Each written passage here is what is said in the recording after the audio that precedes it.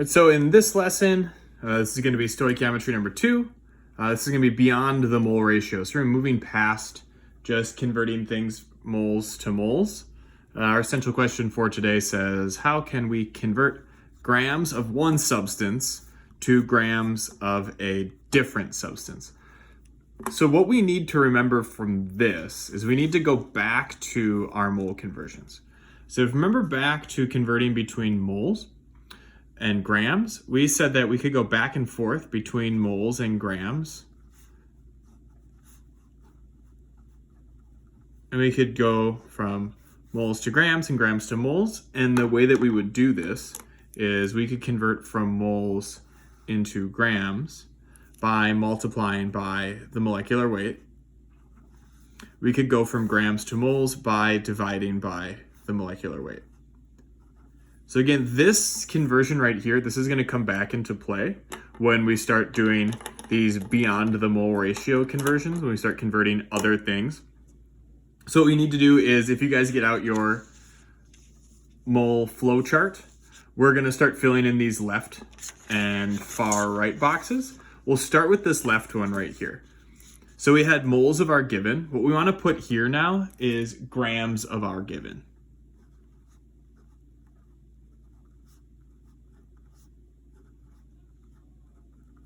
So if you start with grams of your given, you can convert to moles of your given. The name of this conversion, so we had mole ratio was that first conversion to go from moles to moles. We're going to call this one, this first conversion, we're going to call this the formula unit conversion.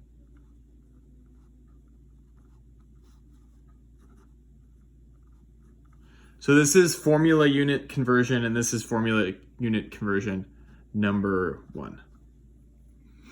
Where we're going to find these formula units, so these are molecular weights, so this is going to be on the periodic table. So we're going to say these are the masses on periodic table. So just like we mentioned before, when we said we can convert from grams to moles, and we have to divide by molecular weight, the conversion we're going to do in this case right here is we're going to be dividing by the molecular weight. And this is going to be the molecular weight of our given value. So you have to divide by the molecular weight of your given. If we go to the far right now, to the right of where it says moles of target, what we're going to write in this far box over here, we're going to write grams of target.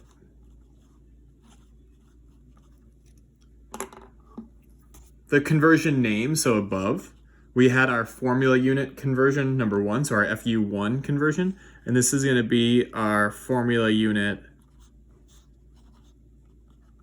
number 2. So this is our FU2 conversion. So we had our FU1 and now our FU2 conversion.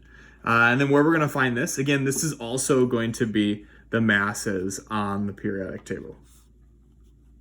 Oops, masses on periodic table. So just add up the masses, that will be the molecular weight. And again, we're going now from moles to grams. So our little flow chart from before, from moles to grams, we multiply by molecular weight. Specifically in this case, we're multiplying by the molecular weight of our target. So there's an important distinction between the molecular weight of your target and the molecular weight of our givens. So in this case right here, if we're going to go all the way from grams of given to grams of our target, we have to figure out 2 different molecular weights. We have to know the molecular weight of our given. We need to know the coefficients of our target and the coefficient of our given from our balanced chemical equation. And we need to know the molecular weight of our target. So in order to do this entire thing right here, to go from grams of one substance to grams of a different substance, we're going to need to do 3 different conversions. So we can do an example of this. And in the Google Drive folder again, there is the stoichiometry worksheet number 2. So if you guys get that sheet out, or you could just do it underneath on your notebook,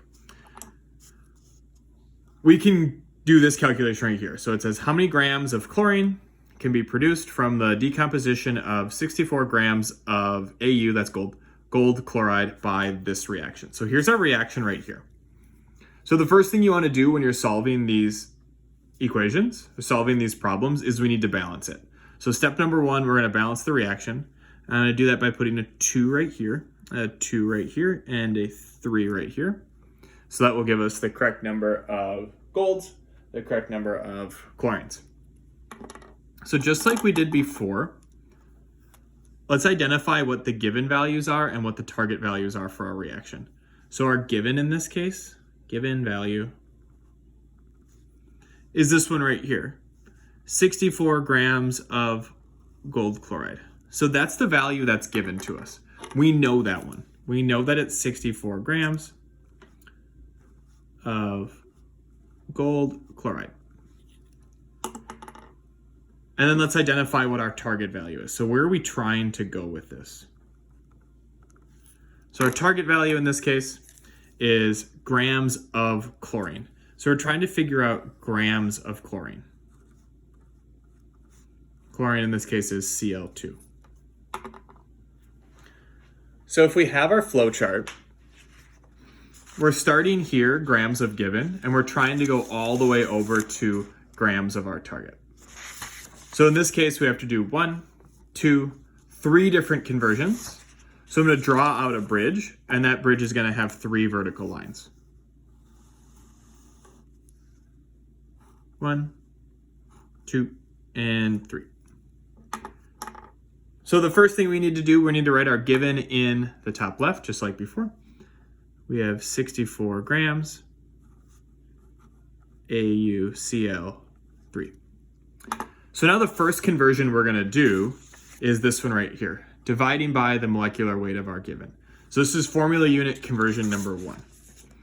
So we'll identify this right here. This is our first formula unit conversion. This is going to be converting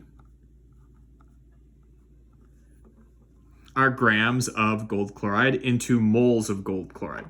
So we're going to divide by the molecular weight of gold chloride. You can do that by figuring it out on your periodic table. I will just tell you that it is 303.5 grams of gold chloride. On top, we're going to put 1 mole gold chloride. So this right here, this is formula unit conversion number 1. What we're actually doing in this case is we are dividing by the molecular weight of our given value. So our next step, the next thing we have to do, if we look at our flow chart, is to convert now from moles of our given, because now we're here, because we did this conversion, to moles of our target. So we need the coefficients from our balanced chemical equation, and this one is called the mole ratio.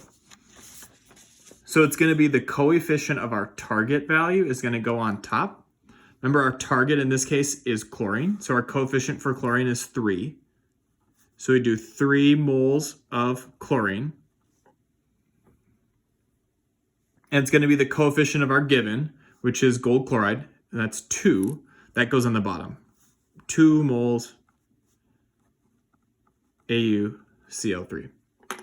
And this conversion right here, this is our mole ratio conversion.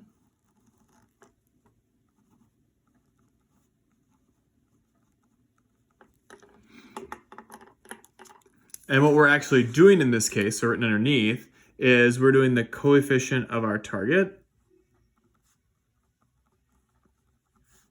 over the coefficient of our given value. And then this last step, so the third box that we have, we've converted from grams to moles, moles to moles. Now we need to go from moles of our target to grams of our target. We're going to do that by multiplying by the molecular weight of our target value. And this one's called formula unit conversion 2, and we'll find the masses on the periodic table. So our target value in this case is chlorine. So we have to know what the molecular weight of chlorine is. I think each one is 35.5 grams, which would give us 71 grams. So grams goes on top because we're multiplying by molecular weight. So 71 grams of chlorine for every 1 mole of chlorine. and this one here. This is again another formula unit conversion, but this is our formula unit 2 conversion, so it's our FU2 conversion.